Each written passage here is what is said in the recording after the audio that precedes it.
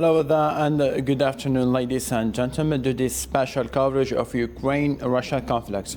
Russian President Vladimir Putin has sought to justify his invasion of Ukraine by citing the possibility of NATO expansion.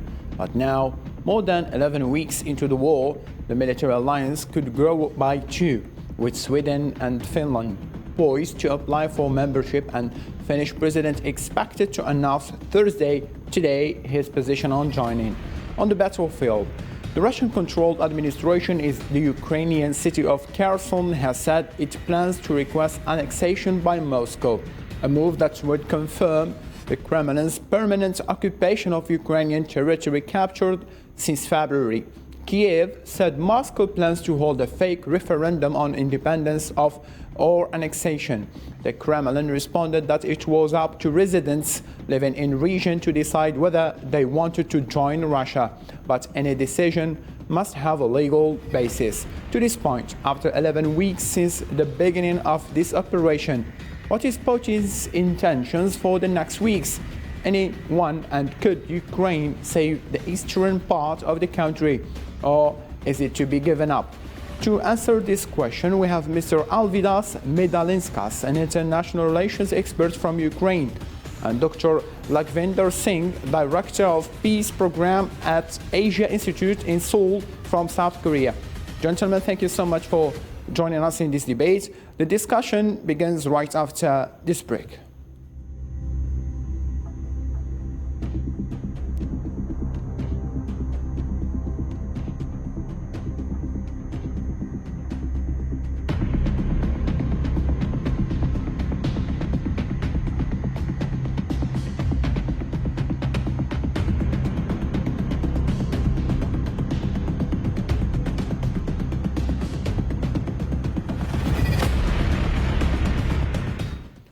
And before we delve into our discussion, Ukrainian officials claimed that the Ukrainian army pushed back the Russian forces, driving them out of villages in Kharkiv and Mykolaiv.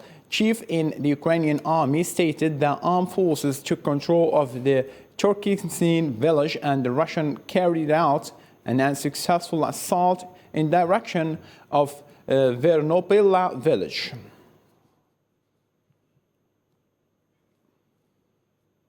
And based on this information, Mr. Singh, my first question for you is that how can you see Russia's picture after this military operation, so-called? As an international expert, how can you consider this military so far, and what is the next step Putin may take? First of all, thanks for having me.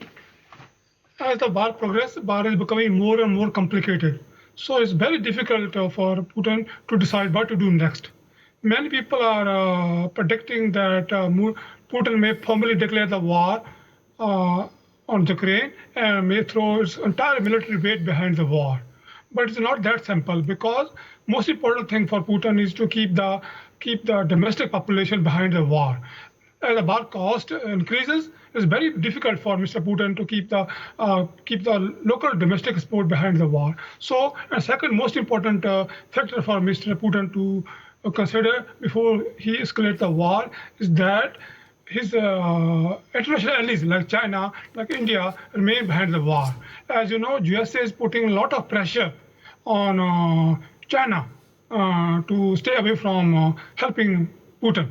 So, in that situation, Mr. Putin simply cannot decide by himself that, but he cannot do whatever he wants to do. He has to take into care many domestic as well as international affairs, international factors which are playing into the war. Also, he has to be more worried about the European countries. So, I think as a whole, the current stalemate will continue for a few days, even for full weeks before Putin makes the move.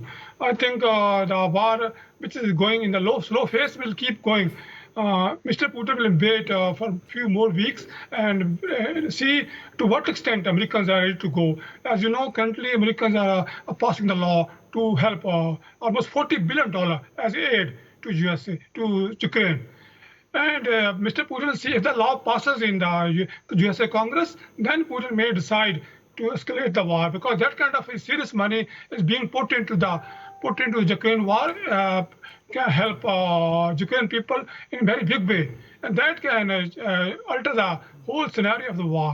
With that kind of money, with that kind of weapon system, Ukraine will be in real position to through the real Quite understood. So Putin may decide to escalate the war, but not in the near future. So I think Putin will wait how the Chinese behave, or the other national allies behave, and how the European behaves. So for the timing, I personally feel that for next few weeks, the current state of war will continue. Quite understood. Waiting Mr. Alvidas to join us. Mr. Alvidas, I hope you are here with us. Based on the given information, how can you read Putin's speech within this Russian Victory Day? He said that this year's parade represents another victory for our nation and for our ancestors, I mean USSR. In your analysis, is he looking to bring back the Soviet Union, or this is just words of celebration? He's really looking back to bring not just Soviet Union, but also Russian Empire glory. And Mr. Putin certainly does not think that was something wrong with the Soviet Union or the Russian Empire. So in his thinking, he's really like imperial leader with empire in his head and in his mind. And now, if he would achieve something more significant in his war against Ukraine in Donbass, and in general against Ukraine, then we would probably hear much more triumphalistic note in his speech. Well, now everybody's talking that's a problem with his illness, that he looked so confused and so weak. But to my understanding, his problem was also that he realized that his plans does not go according to his the first understanding how the situation have to develop, and also the fact that during the parade, it was cut by 1/3 or by 1/2, and were no planes, were some kind of the old military techniques and whatever on the Red Square. It simply indicates that he needed all this kind of military techniques in Ukraine, and he could not allow to have this in the Red Square now. So wherefore, it's really this Victory Day, so-called Victory Day, for President Putin was not really very triumphalistic Victory Day. Understood. Now moving on to the second point, the President and the Prime Minister of Finland said on Thursday that they were in favor of the Nordic country joining NATO without delay. The presidency indicated that in a press conference of the executive decisions concerning the security policy of Finland is scheduled for Sunday. A new position of Finland, which shares a border of 1,300 kilometers with Russia and a painful past with its powerful neighbor. For us, joining NATO would be not against anybody. We would like to maximize our security in way or another while thinking membership in NATO, but it is not a zero-sum game. If Finland increases its security, it's not away from anybody else. Should Finland decide to apply, the accession of Finland would strengthen the security and stability of the Baltic Sea region and Northern Europe. Finland is a regional security provider and would further strengthen NATO as a future ally. Mr. Alvidas, coming back to you, how can you consider this move from Finland? Is this decision comes to the scene only when Russia launched its military operation over Ukraine, or it was an already plan made before that? I don't think that it was really already planned for, let's say, long time ago by Finland, because really both, let's say, the thinking of the people and the opinion polls indicated in Finland and Sweden that people very much valued this kind of neutral status, maybe constructive neutrality, not of course Finlandization in Finland, but this constructive neutrality status. as quite positive and useful for the security of these two countries. But I think, the Finnish politicians told it very rightly. They suggested for President Putin to look to the mirror and to see the guy who really forced them now to go with the decision to ask for the NATO membership. So wherefore, this is another reason why Putin was very much confused on the Victory Day, because, of course, already he knew that Finland and probably Sweden were those two countries before quite strong military are planning to apply for the NATO membership. And for Baltic security, it will be really for Baltic Sea security, it will be very much important step.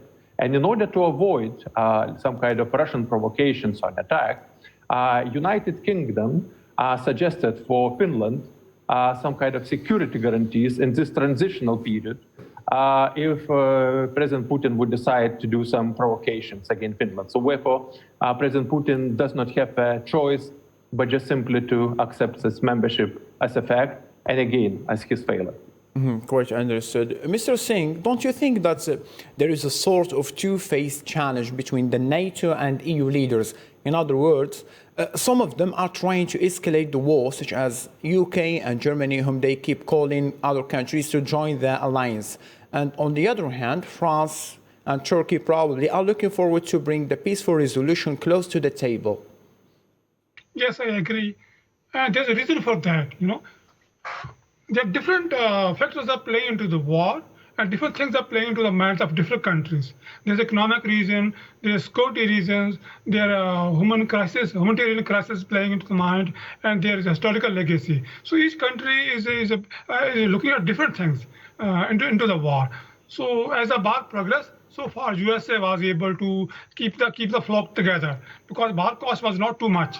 But now it's becoming more and more clear that war will drag on. So different things are playing into the domestic population and domestic politics. So it will be very difficult for USA to keep the whole European country together. So that will be a kind of test for USA, how to keep the European country as one bloc. And I think to some extent, Mr. Putin knew that because different countries look at the war from different angle, different perspective, with different priorities, he thinks that is a winning point. That if he can drag the war, just drag the war, somehow the crack will start appearing within the European unity, then he can make a move. For example, Central European country like Poland and Baltic, they want total breakup with Russia. But a country like France, a country like Turkey, they are in favor. That there's still some hope that they can keep some kind of economic relationship, some security relationship with Russia, and they don't think it's too much red line when crossed. So this kind of this is giving hope to some extent to Mr. Putin that as the war drags on, domestic political differences will start appearing in the European Union, and USA may not be able to keep that kind of unity and that kind of a push into the Ukraine war. So far, USA was lucky that whole European Union has stood as one continent behind the war. But I seriously feel that USA has to do a lot of homework, make sure that different kind of factors which can destroy the unity are properly taken care of. Thank you. Perfectly understood. Coming back to you, Mr. Alvedas, the French President Emmanuel Macron, the EU leader, has said it will take decades for Ukraine to be accepted into the European Union. Based on this statement, why it is so hard for Ukraine to be an EU member before this war and even now? Well, EU have very strict regulations regarding the criteria which countries could be accepted to the EU. So, for example, if NATO have more or less criteria about NATO reforms, and of course some kind of geopolitical considerations. So for the EU membership, the most important facts are really economical development and again reforms in the country. Of course, Ukraine already started to do reforms according to the EU model when Ukraine was included at the beginning in the Eastern Partnership. As such, European Union policy and also this kind of getting some associated status to the EU. But now discussions going about something different. It's really about the candidate status, and not just about the candidate status for the Ukraine and the EU, but also the really promises from the Western side that Ukraine will be in the EU and not just one day. So when you look to the timetable, I think Ukrainian politicians already understood this message by the President Macron, and wherefore today, Minister of Foreign Affairs Kuleba, Minister from Ukraine, said that they would like to see a reserved seat as a member of the EU, and they understand that it might take maybe not just a half a year or 1 year in order to be fully integrated with the EU. But in this case, if such approach would be taken, so in this case, in this transitional period, it's quite possible to take quite many steps which would go farther on than the associated status and allowed for Ukraine to do. And in this case, if other EU countries would accept the fact that such seat for the Ukraine is reserved, then really we will see, I would say, quite quickly, maybe not after 10 years, Ukraine in the EU. Quite understood. In same topic, Mr. Singh, how can you consider this contradiction? EU is trying to help Ukraine. At the same time, they are refusing Ukraine to be joined. This refusal based on what? Are they afraid from Russia, or Ukraine will bring more problems to this union? Yes, it's complicated. It's not that simple. Ukraine is a very complicated country. It's not easy that once they put the Ukraine into NATO, it will solve all the problem. It may bring more problem to the European Union. So they have to be very, very careful. At the same time, they want to make sure that Europe is not completely swallowed by Russia, because that can also hurt European Union and European countries. So they have to take very careful steps what they should do. To some extent, they can allow Russian influence in Ukraine, but after that, they simply cannot accept it because it can have a counter effect. So it's very complicated. That is why Europeans are divided, what to do now. To what extent they can allow Russian influence into Ukraine, to what extent they must take a stand. So it's not easy answer is there. Both ways it can cut short Russian interest, European interest into reason.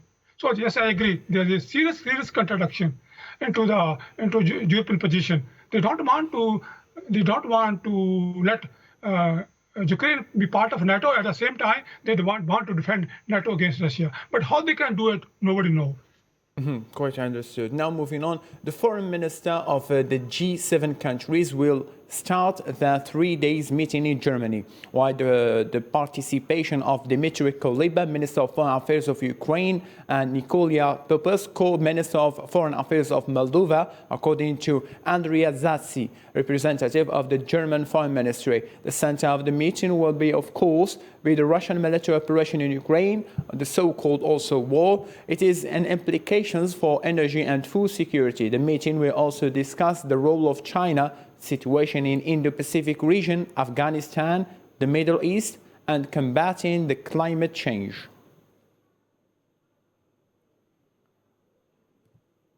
Mr. Alvidas, coming back to you, don't you think that the German late intervention to help Ukraine directly comes only when they felt there is a sense of winning the war against Russia? Why they couldn't aid Ukraine earlier? Well, for quite many various European Union and NATO countries, it was quite difficult to cross the red lines, which these countries themselves drawn in front of them. For example, regarding the military assistance with more serious weapons, regarding the possible embargo at the beginning about the coal, after the oil, and after the gas, when you're talking about the trade with Russia. And so on and so on and so on. And quite many such questions are obvious.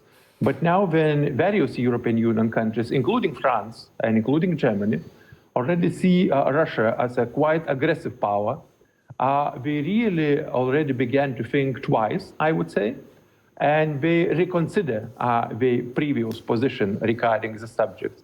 So Turkey, yes, Turkey is still balancing between those two approaches of helping Ukraine, including military with Bayraktars, drones, and also having a dialogue with President Putin. But most of the Western countries, including France and Germany, are now changing their position. And I will give you one very clear example. I'm now in Odessa, in the Black Sea port of Ukraine. And there is a problem where I think even India and China or Arab countries have to think about this very seriously. Ukraine is one of the biggest suppliers of grain to the rest of the world. But Ukrainian seaports are blocked by the Russian military. So therefore, to my understanding, to negotiate, even in the war situation, some kind of green corridor, in order Ukraine would be able to export grain from their territory to the rest of the world, of course, leaving something for themselves also, in order not to have a hunger here, it would be a big interest for the many countries, include not just EU countries, but in the wider world. But Russia is not going to accept this position. Or looking to the humanitarian issue, to agree to the fact that those defenders of Ukraine, the soldiers, who are now in Mariupol, in Azovstal, who are bombed all the time by Russian aviation, artillery, or whatever, to agree on their evacuation with the ships, as was a Turkish position, it would be really a right step, not just for the Western countries, but also for the other countries to talk to President Putin. And who knows, maybe the Vatican also will do this, because this looks like simply killing of the people, including the wounded people. Quite understood. Now moving on to another point. Hungary's foreign minister said on Monday that country's economy would be destroyed unless Russian shipments via pipeline are exempted from EU oil sanctions against Moscow. He said that following talks with EU officials, an agreement between Budapest and Brussels on the proposed ban still looked unlikely. The EU's executive arm is willing to help Hungary and other countries dependent on Russian oil, according to the EU Commission spokesman.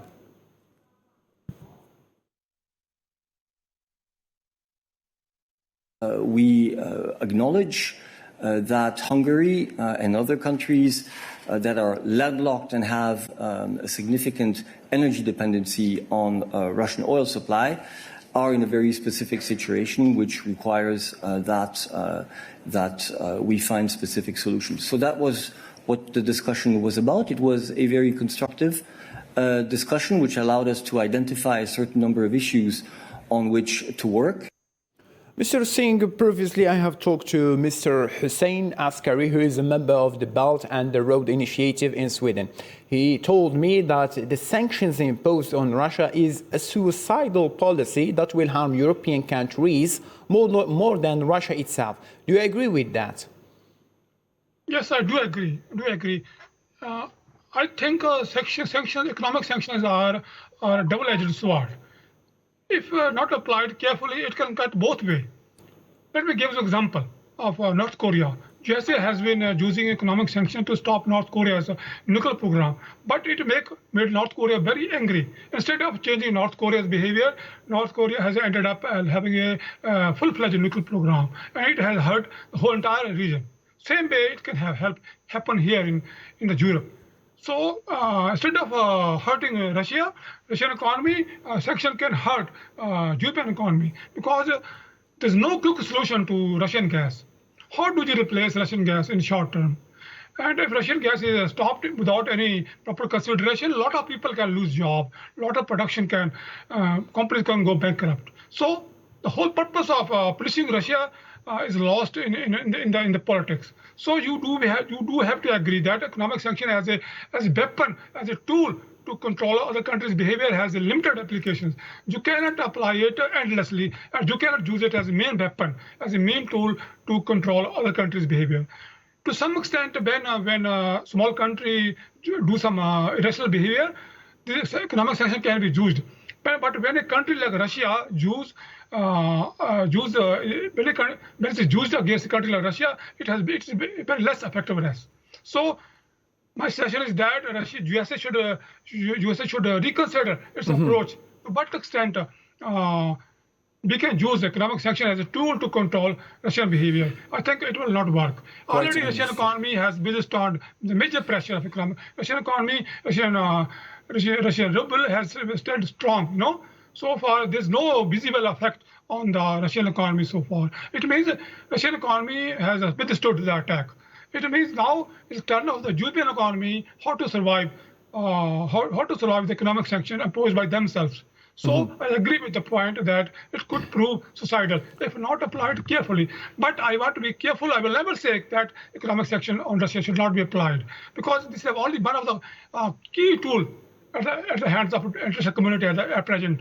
We don't have any other effective, I said, short of war, we don't have any other mechanism to put pressure on Russia. So I will not say it's completely suicidal, it's completely ineffective.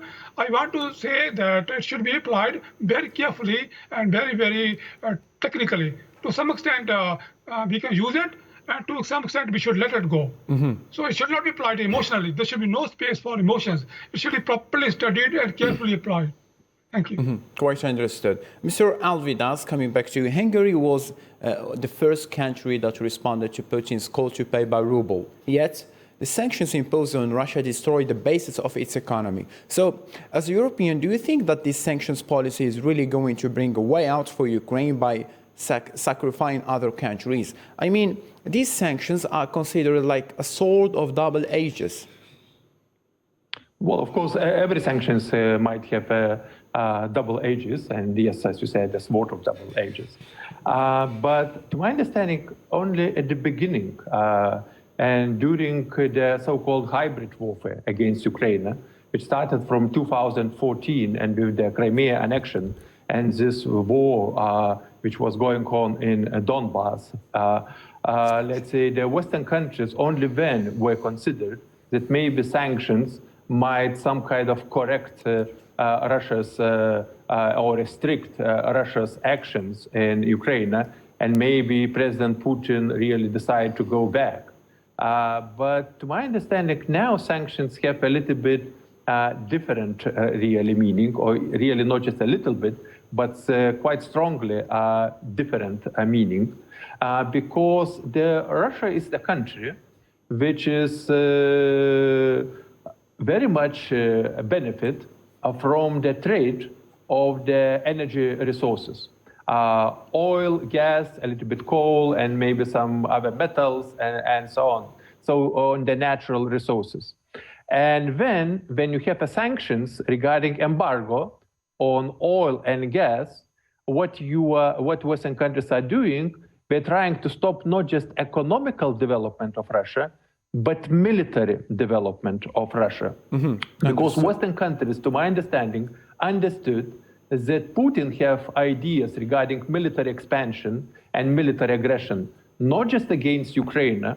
It's very good that Ukraine is really resisted now, but also he had idea regarding Europe, to get out the United States from Europe, and to really impose Putin's will, Russia's will on Europe, at least on the eastern part of the Europe.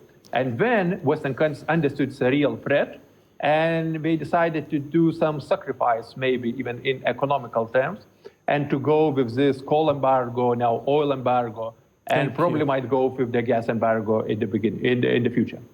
Thank you for this explanation. The last point to be discussed, 1 minute left, so we will chat briefly between you. Mr. Singh, don't you think that U.S. policy toward handling this conflict between Russia and Ukraine works only for its interest? In other words, some experts and reports claim that U.S. and UK want this war, the so-called military operation, to continue. No, I don't think so. It's not that simple. It's a little bit complicated. To say that USA is doing it only to protect its own interests is not true. A lot of things are playing into the USA's mind while going into the war. So it's not that it's not easy to say that it's just because to protect its interests. But I do agree that USA very rarely consult its partners in the Europe when it takes the important policy decisions. And sometimes it looks that USA is just doing it for its own sake. But USA do have some serious, genuine interest to protect peace and to protect the economy of the European countries. Thank you so much, Mr. Singh. I'm sorry to cut your train of thought. I have been called by the technical staff to put an end to the show. We have reached the limited time. So thank you so much, ladies and gentlemen, for being with us in this special coverage. A special coverage also will be held tomorrow. For now, have a blessed evening.